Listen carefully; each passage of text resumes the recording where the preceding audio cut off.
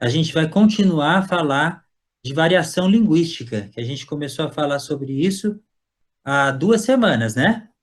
A semana passada a gente não fez essa live geral, mas a gente mandou para vocês um poema do Patativa do Assaré, com a leitura feita pelo professor Neto. O professor Neto está aqui hoje.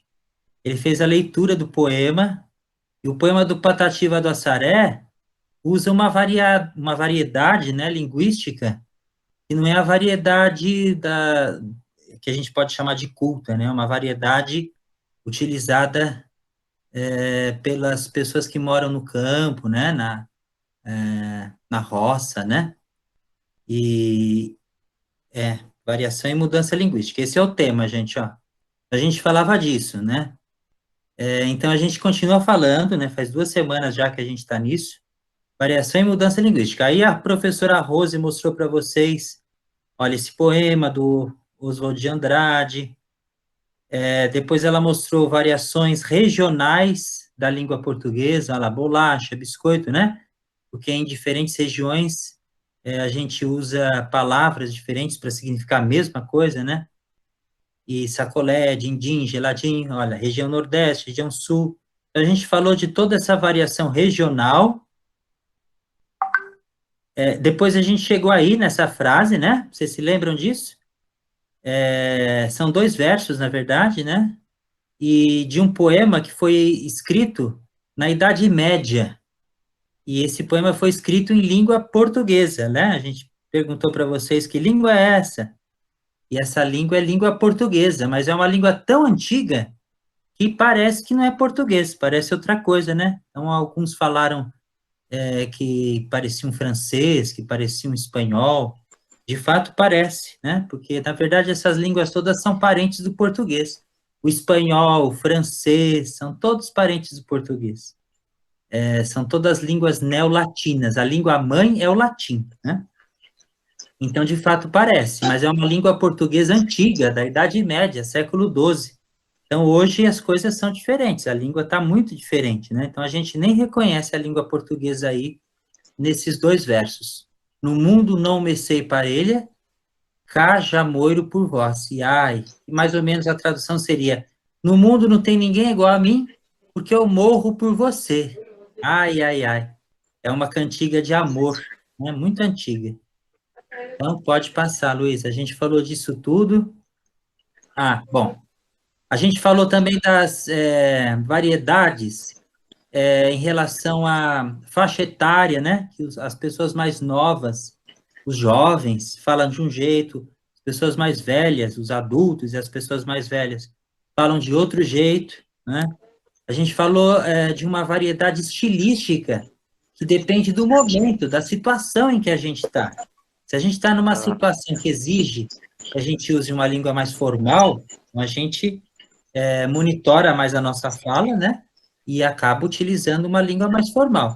Se a gente está em casa, relaxado, conversando com os parentes, com os amigos, a gente acaba usando uma língua mais solta, né? E uma língua mais informal. Então, existe essa variedade também em relação ao estilo. E também existe uma diferença dentro da cidade, né? Dependendo da região em que a pessoa mora. Se a pessoa mora no centro e tem um poder aquisitivo maior, né? Uma questão de economia, né? Então, se a pessoa ganha mais, ela tende a ter uma linguagem. Se a pessoa mora na periferia, ela usa uma outra variedade linguística. Então, tem essa diferença também,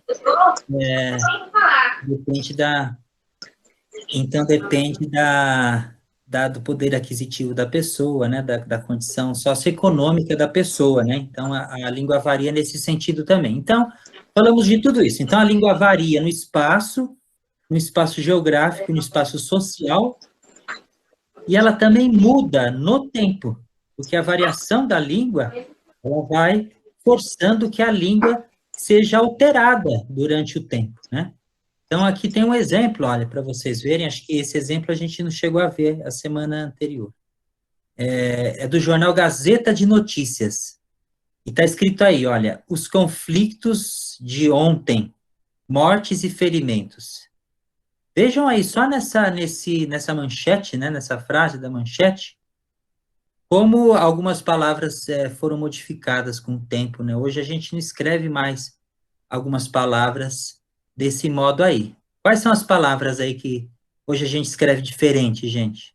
A palavra ontem, ela tá ao contrário, né? Ela tá com H. Isso, Indanara te falou, né? Isso mesmo, Indanara. Está Com escrita com H. N, ontem. Exatamente, a gente não usa, né, mais o H na palavra.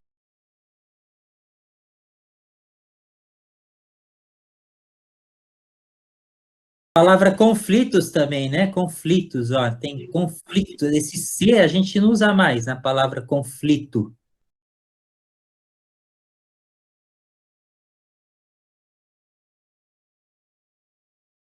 Né? E ali aparece um C. Veja como é diferente, né? Mudou. Isso é de 1904. E olha Meu só, Deus. e olha só o sentido. Isso aí é um jornal do Rio de Janeiro, é aqui do Brasil.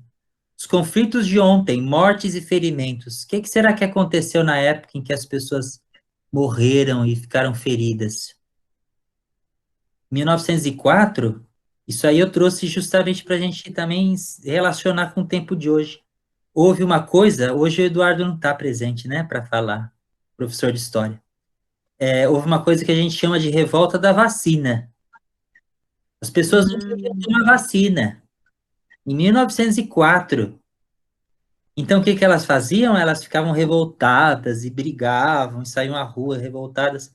Então, acontecia morte, acontecia ferimento. Então, a notícia é sobre isso, ó, os conflitos de ontem, né? Está noticiando o que tinha acontecido no dia anterior. Mortes e ferimentos. Então, pessoas acabaram morrendo porque não quiseram tomar vacina. Tem pessoas teimosas e que achavam que a vacina era bobagem, que não iam tomar vacina, né? Aí o governo resolveu dar a vacina, começar a vacinação, e aí as pessoas ficaram revoltadas e muitas morreram e ficaram feridas nesses combates, né? A língua não é uma coisa fixa, engessada, que não muda nunca, né? A língua portuguesa, ela varia no espaço, porque cada um fala de um jeito, e ela também muda com o tempo. Antigamente era um português, hoje é outro português, e evidentemente ele está mudando, e amanhã vai ser outro português. Né? Então a língua está sempre em mudança, porque a língua é viva, né? Ela está sempre alterando. A gente fala e a gente vai mudando, né? Colocando palavras diferentes, falando de jeitos diferentes, né? Então a gente vai alterando a língua, mudando a língua. Isso é natural em todas as línguas, não só no português. Pode passar, Luiz. A gente vai ver outros exemplos. Ó, esse aí é um poeta muito famoso da nossa literatura portuguesa. Ele é português mesmo, de Portugal. Alguém já viu essa foto? Conhece esse poeta? Ele se chama Luís Vaz de Camões. Luís, nosso xará aqui, né, do professor de ciências, Luís. É o Luís de Camões, famoso Camões, né? Quem está conseguindo enxergar aí tem um olhinho meio manco assim, porque ele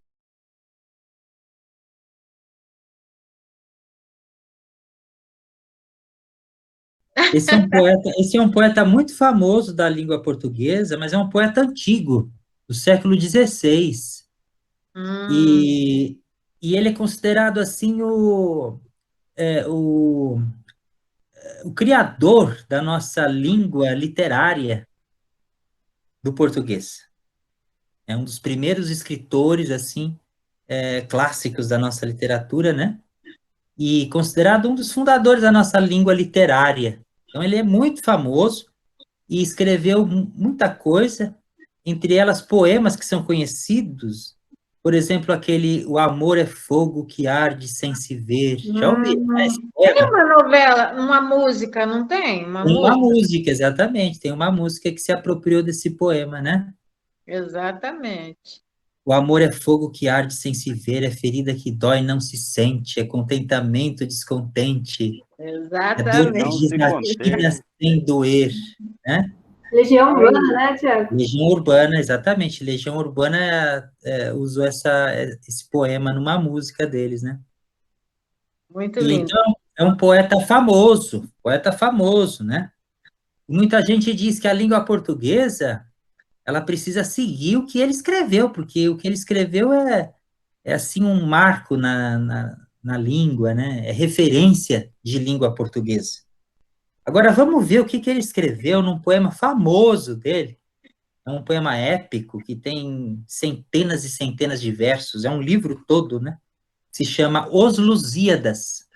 Os Lusíadas, os Lusíadas são os portugueses, né? Ele escreveu sobre os portugueses e sobre a navegação dos portugueses na época de 1500, né, mais ou menos, 1500 e pouco.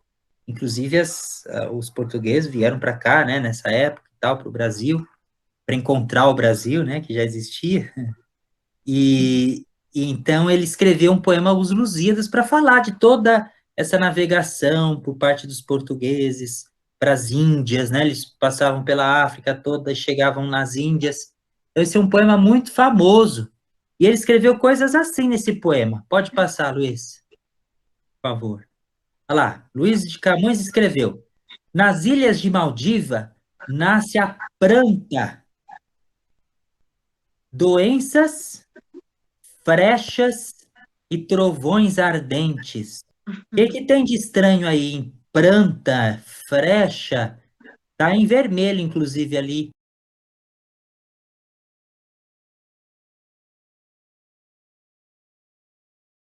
Na verdade, gente, o que ele quis dizer aí é planta mesmo, flecha, né? Ah, Só que sim. na época em que ele escreveu isso, se falava mesmo pranta, frecha, Brechas. era assim mesmo. No lugar do L, Hum, havia um R. E ainda há, hum. até hoje, ainda muita gente fala assim, né? É verdade. Mas aí tem muita gente que dá risada, né? Quando alguém fala planta, fala Exatamente. chicrete, né? Tem gente que fala Chicrete, é chicrete, verdade. cráudia, não tem gente que fala cráudia? É. Ô, Bicicleta, professor Gente, João. Luiz, ô, Tiago, sim, desculpa de trocar o seu nome com Luiz. Eu, quando era garoto, bem garoto mesmo, que eu era lá do, como se diz, né, bicho do mato, que eu fui criado lá na roça, todo mundo falava a maioria das palavras desse jeito. pois é. Flecha, por exemplo, lá, ainda hoje as pessoas falam frecha, né? Isso, As palavras são mais ou menos isso daí. isso, exatamente, Luciano. Ó, e eu vou falar uma coisa para vocês, né? É disso que a gente está falando aqui. Não está errado. Não está errado falar assim. Não está errado falar pranta e frecha. Assim como Camões não estava errado quando usou pranta e frecha. Ninguém dá risada de Camões, né? Engraçado, porque é o maior poeta da nossa língua portuguesa, é o fundador da nossa literatura. Só que tem gente que dá risada quando alguém diz pranta, né? Quando alguém diz É, frecha. Sabe o que que é isso, gente? Isso aí é o seguinte, eu vou explicar para vocês, né? Quando a gente explica, porque tudo isso tem explicação, é uma explicação científica, não é uma coisa boba. As pessoas acham que quem fala assim é ignorante, né? Não devia falar e tal. Mas, na verdade, a pessoa que está falando assim, ela está seguindo uma tendência da língua portuguesa. Porque a língua portuguesa, ela tem a tendência de trocar nos encontros de consoantes, né? Consoante é, por exemplo, ó, P e um R, né? Quando é P e L, a tendência do português é trocar o PL por PR. Quando tem um F e um R juntos, por exemplo, a tendência do português é trocar o F e o R por F, aliás, trocar o F e L por F e R, né? E assim com todos os encontros de consoante. Toda vez que aparecer uma consoante mais um L, a tendência do português é trocar a consoante, aliás, o L, né, pelo R. Então fica consoante mais R.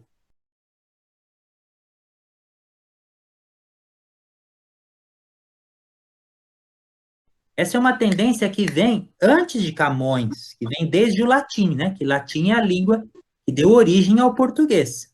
Então, passa, Luiz, por favor. Olha, a gente tem aí um exemplo, ó. No latim, que é a língua mãe, A palavra praia era escrita plaga. Tá vendo como é que era no latim? Plaga, com L. Era plaga. Hoje a gente fala praia, não fala? Não é normal falar praia? É. Pois é, porque mudou. Era L, virou R, né? Quando Camões escreveu frecha, por exemplo, lá atrás, né? Ele estava, na verdade, seguindo uma tendência da língua, né? Aí a língua, com o tempo, ela foi e resgatou uma coisa lá do passado, do latim, e transformou o que era R de novo em L, né? Então, foi por uma espécie de conservadorismo que a língua portuguesa voltou a usar L em algumas palavras. Mas a tendência natural do português é trocar o L nesses encontros de consoante por R. Isso em outras palavras também, né? Escravo, por exemplo, a gente fala escravo, com R, né? Escravo. No latim era esclavos, esclavos, era com L. Era L. Muitas outras palavras eram assim, né? A gente usava R, L, agora usa R. Então, é uma tendência natural do português a gente trocar o L pelo R. Então, nas variedades, quem está usando assim, né? Quem está falando R, na verdade, não tá fazendo besteira, digamos assim, né? Pelo contrário, quem está usando R nesses encontros de consoante está usando uma regra do português que é substituir o L pelo R.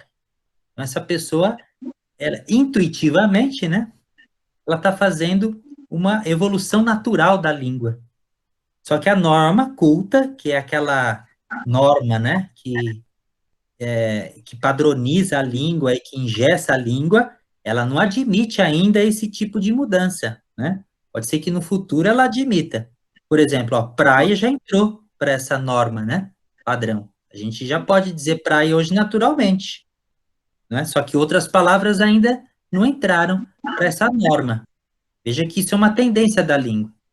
Olha só, bloco, por exemplo. Muita gente diz broco, como tá aí, né? Broco. Muita gente diz. A tendência é a gente substituir esse L pelo R, né? Mas a norma padrão e as variedades mais cultas não aceitam ainda essa mudança. Vamos dizer assim, ó, a norma padrão é uma norma conservadora, ela demora muito tempo para entender a evolução da língua. Ela vai lá atrás, ela é atrasada sempre, né? Agora, o povo está usando a língua dia a dia, então ele não está preocupado com norma, ele está preocupado justamente com o desenvolvimento natural da língua. Nesse desenvolvimento natural da língua, é comum que a gente use o R no lugar do L. Então, broco é mais coerente do que bloco. Ainda, essa forma broco com R ainda não foi incorporada pela norma padrão. Então, a regra vai dizer que está errado. A regra vai dizer que está errado. Né? Mas a língua viva em evolução, ela vai dizer que está certo. Tá vendo que é uma questão de ponto de vista aí, né? A gente tem que fazer uma crítica dessas variedades todas, né? Então, na variedade não padrão da língua, é correto dizer broco. Agora, dentro do padrão da língua, não pode dizer broco, tem que dizer bloco. Pode passar, Luiz. E essa palavra que a gente usa muito hoje, ó, como é que você pronuncia?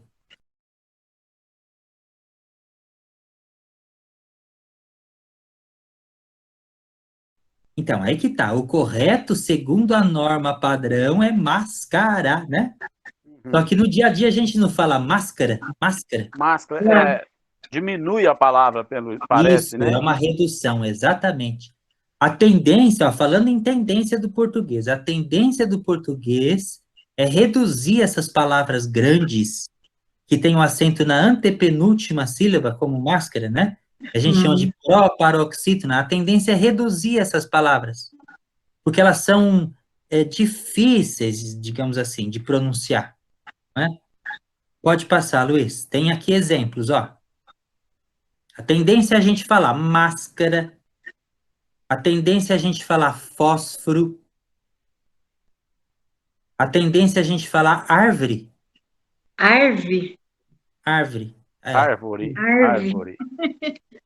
A gente tem pouquíssimas palavras hoje no português que são palavras como máscara, fósforo e árvore, que são palavras proparoxítonas, que são essas palavras grandes, que o acento cai lá na antepenúltima sílaba. A maioria das palavras, elas são paroxítonas, quer dizer, o acento fica na penúltima sílaba. Então, são pouquíssimas as palavras. O que a gente faz intuitivamente no dia a dia? A gente faz um ajuste. Ora, se toda palavra a gente fala de um jeito, por que a gente não pega esse grupo pequeno e ajusta conforme a maioria? E o português já vem fazendo isso há muito tempo. Pode passar, Luiz. Olha o português, como é que ele vem fazendo. Ó, como é que era a palavra verde? A gente fala verde. Hoje tá certo falar verde, né? Uhum. Lá no latim, como é que era verde? Era Viride. Viride. viride. Viride. Mudou, não mudou? Mudou. Sócera. Sócera. Antigamente, A sogra. sogra. Era sócera. Sócera. Ah. Perigo. Perículo, olha. É perigo hoje, né? Era perículo.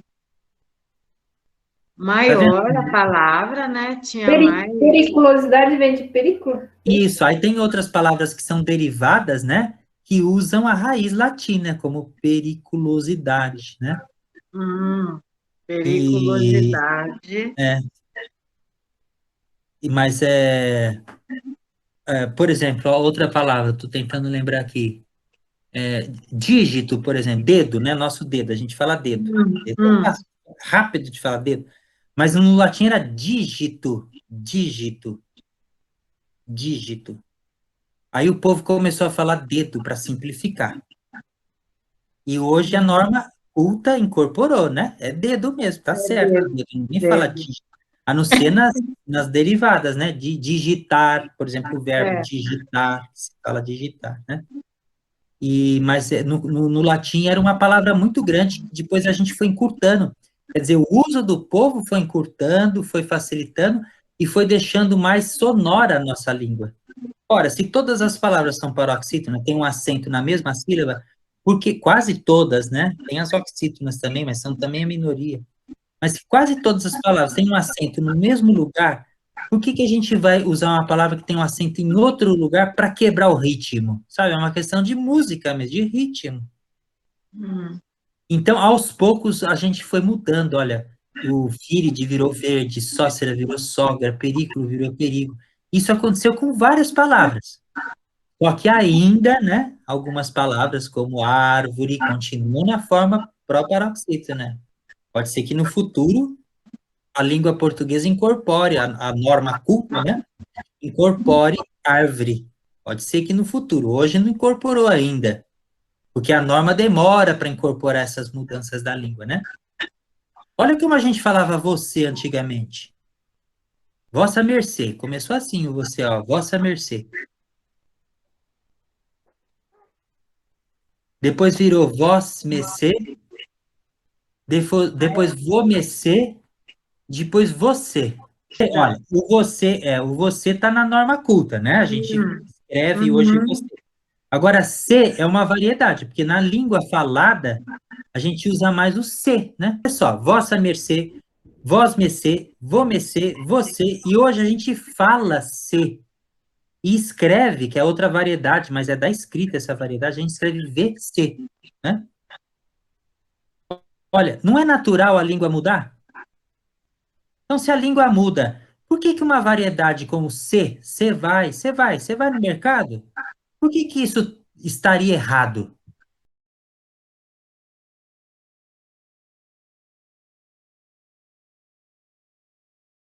Tá vendo que a questão do certo e errado tem a ver com a modalidade, né, dessa variedade aí, da língua que a gente está usando. Se a gente está pensando em língua padrão, para a língua padrão, para essa norma linguística, o C e o VC estão incorretos. Mas se a gente está pensando nas nossas variedades de uso do português, tá certo, não tá? Claro que tá certo. Se a gente está falando isso dia a dia, porque ninguém fala norma padrão exatamente, né? Todo mundo fala uma variedade, desde a culta até a menos culta. Então, se a gente está falando de norma, aí sim, certos usos é errado, dentro da norma. Mas dentro da nossa variedade de uso do português, não é errado. Porque a gente está seguindo regras também, a gente está seguindo um padrão gramatical dentro da variedade. O que a gente precisa fixar na cabeça é que a língua, ela varia muito. São várias línguas, na verdade, coexistindo, né? Ao mesmo tempo.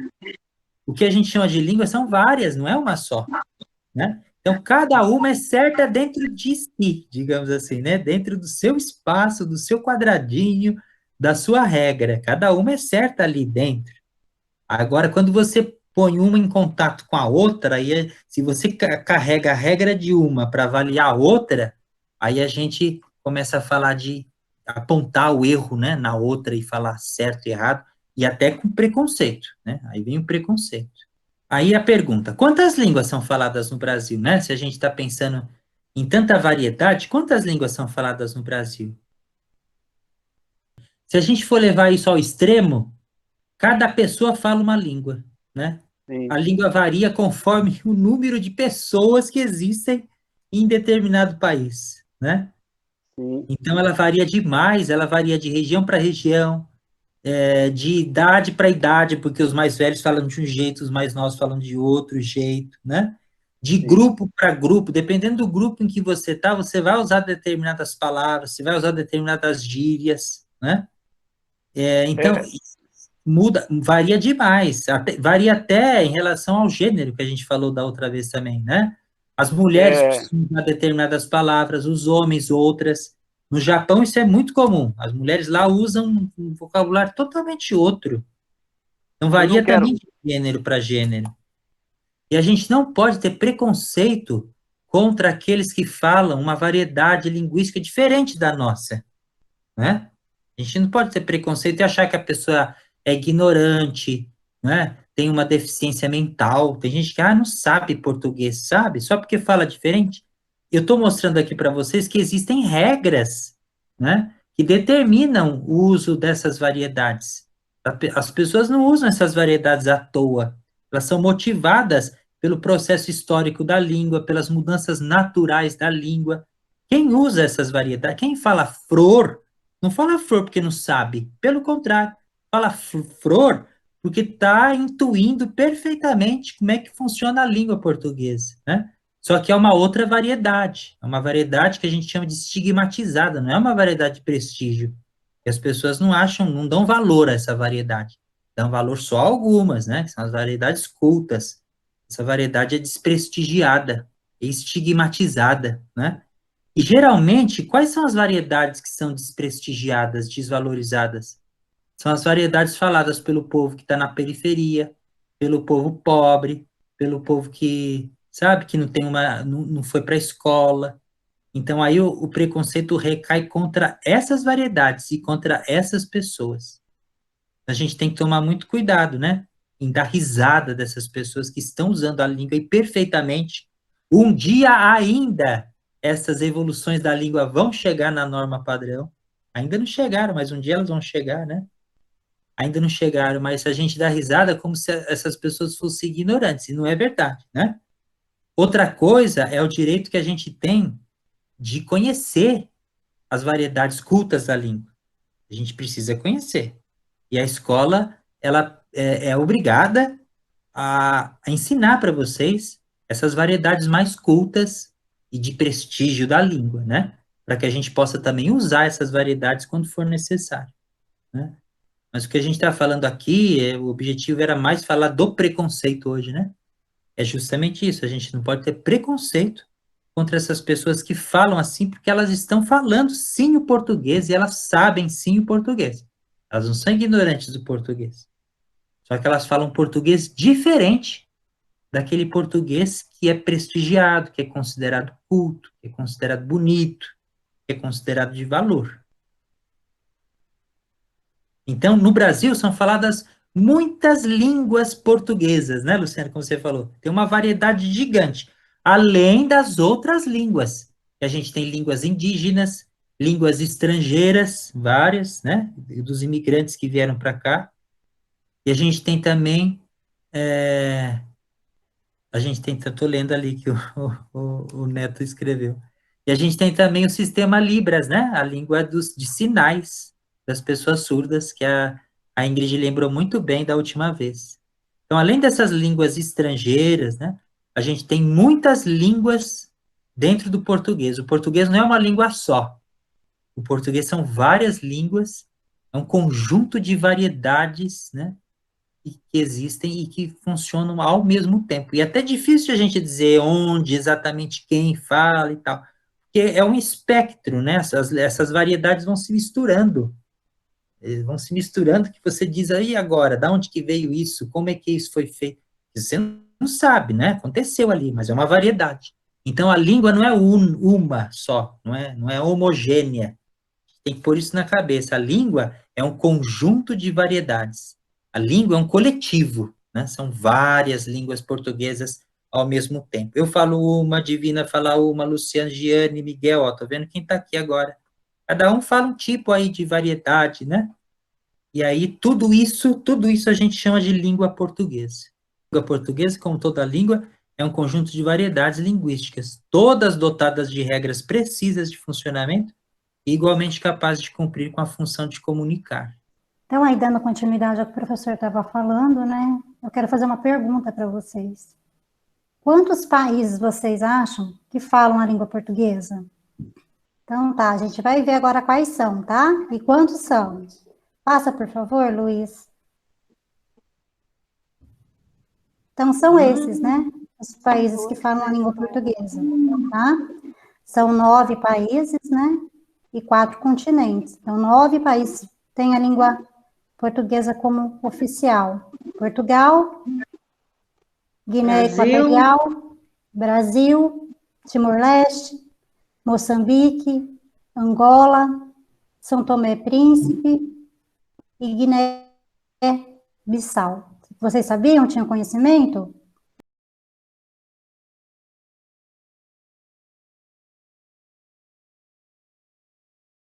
Agora aqui nós temos uma tirinha, nós vamos fazer a análise dela. Vocês conhecem esse personagem?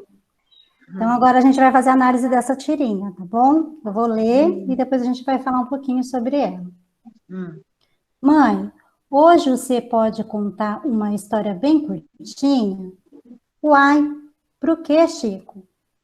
Pro que as histórias grandes eu acabo dormindo na metade, fico sem saber o final. Qual é a variedade linguística que vocês acham que o Chico Bento utiliza?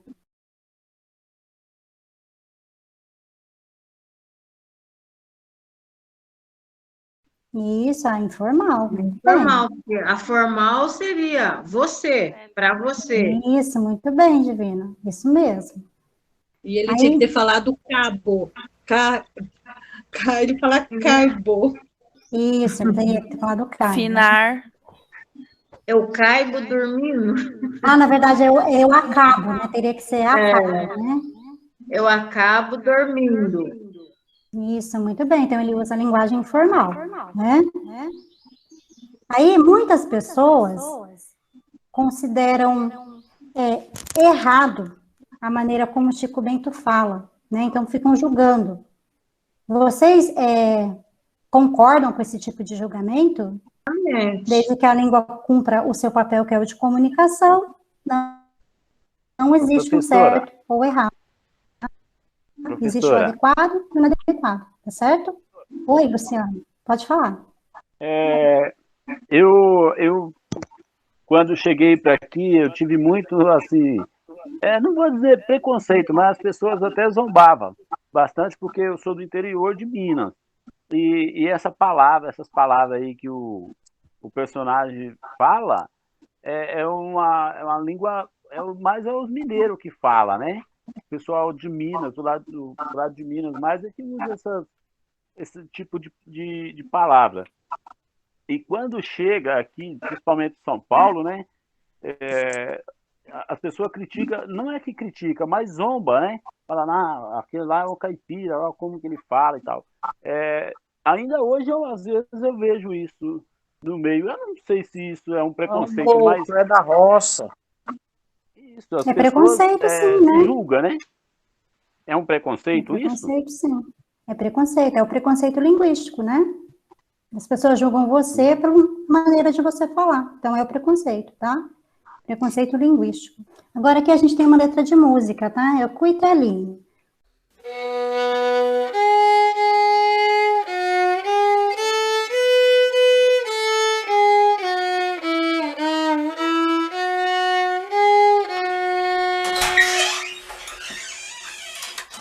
Nossa, filha, que música bonita! Ô, pai, é o Cuitelinho. Cheguei na beira do porto, onde as ondas se espalham. As garças dão meia volta, sentam na beira da praia. E um cuitelinho não gosta que um botão de rosa caia. Quando eu vim da minha terra, despedir da parentaia, eu entrei no Mato Grosso, dei em terras paraguaias. Lá tinha revolução, enfrentei fortes batalhas.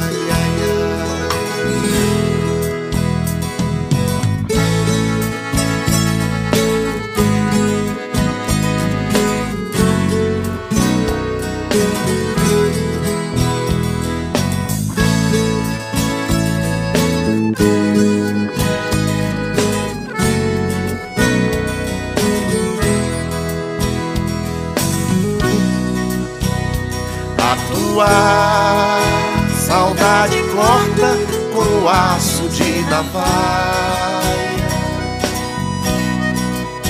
O coração fica aflito, uma bate, a outra falha. Meus olhos se enchem d'água, que até as vistas se atrapalham. Vou pegar seu retratinho e colocar numa medalha, com seu vestidinho branco e um lacinho de cambraia. Vou deixar junto do peito, onde o coração trabalha.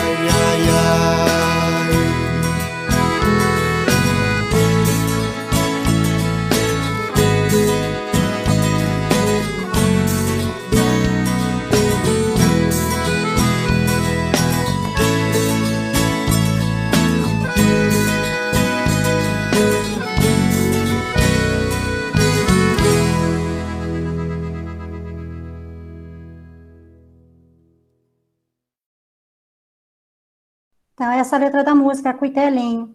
Vocês já conheciam a letra dessa música? E o que vocês acham que significa Cuitelinho? Acabei de ver aqui no chat que alguém colocou Cuitelinho voa. É um pássaro? Isso, é um pássaro. Que tipo de pássaro? Não. Olha, a letra da música fala que o Cuitelinho, ele não gosta que o botão de rosa caia. Então, que pássaro que vocês acham que é o Cuitelinho? Beija-flor? Um beija-flor. Então, lá no Mato Grosso, né, do Sul, o cuitelinho é chamado, o beija-flor, desculpa, é chamado de cuitelinho, tá?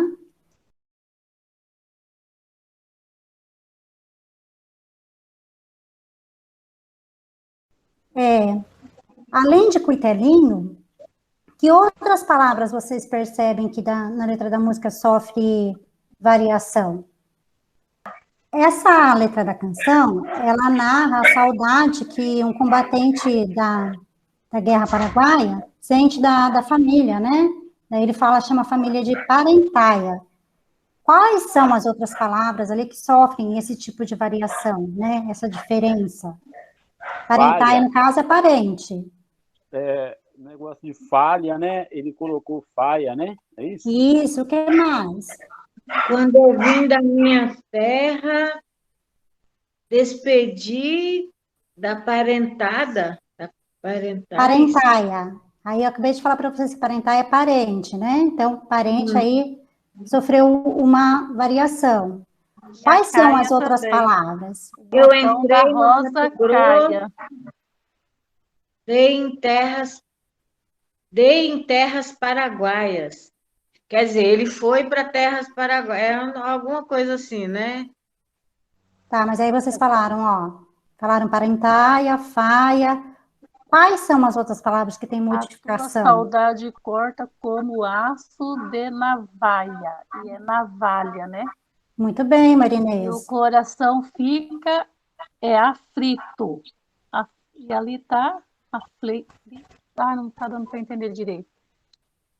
Bate Ele está aflito mesmo. Mas já tá bom, né? Vocês deram vários exemplos aí. Parentaia, navaia, espaia, né? Então, são as variações aí.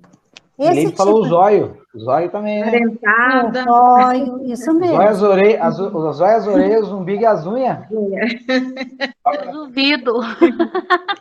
Os ouvidos também, né?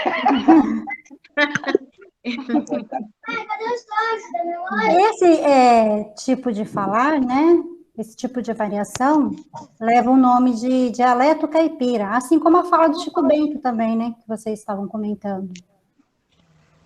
Vocês acham que as pessoas que usam esse tipo de variedade, né? Essa variação caipira, sofrem algum tipo de preconceito? Ah, sim, com certeza. Sofrem, não sofrem? Sofre muito. Mas tanto é que essa música ela foi gravada a primeira vez em 1974. Aí vários artistas gravaram essa letra de música, tá? Então a gente tem Pena Branca e Chavantinho, tem Renato Teixeira, Nara Leão, Rio Negro e Solimões. Eu já ouvi Canária Leão.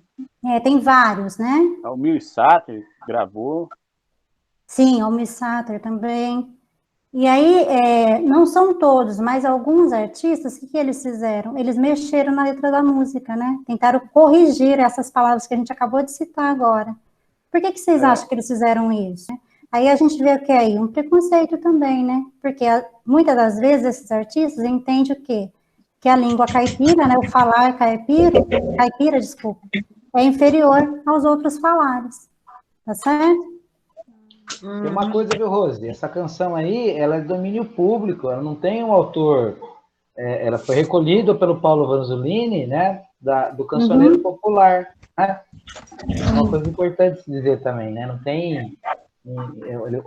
Isso é cantado, né? É cantado pelas pessoas, nem sequer sabe quem foi a pessoa que fez. Quer dizer, mais um motivo que é do povo mesmo. Esse falar caipira, né, ele é visto muito, é utilizado, né, no Mato Grosso do Sul, no interior de São Paulo e Mato Grosso do Sul e Minas Gerais, desculpa, estava esquecendo, Minas Gerais, interior de São Paulo e Mato Grosso do Sul.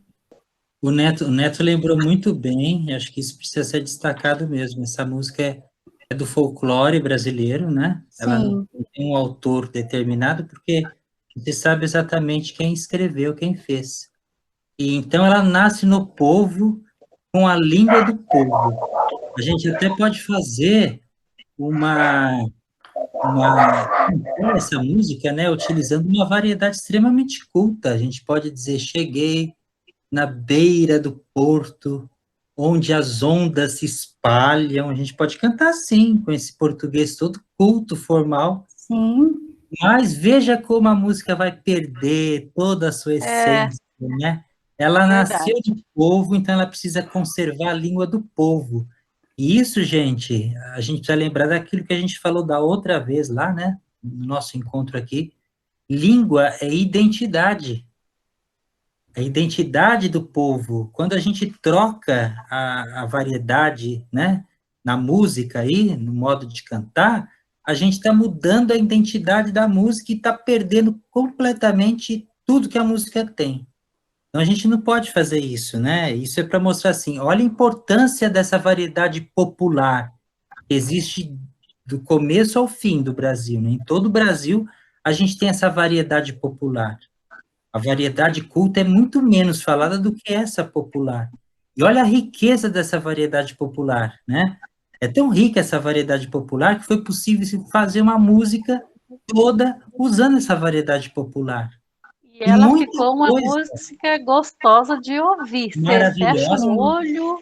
Tem outras coisas, gente, ó, ela é toda medida, são versos de 7 sílabas, né, que a gente chama de redondilha maior. Cheguei na beira do porto. Todos os versos têm 7 sílabas.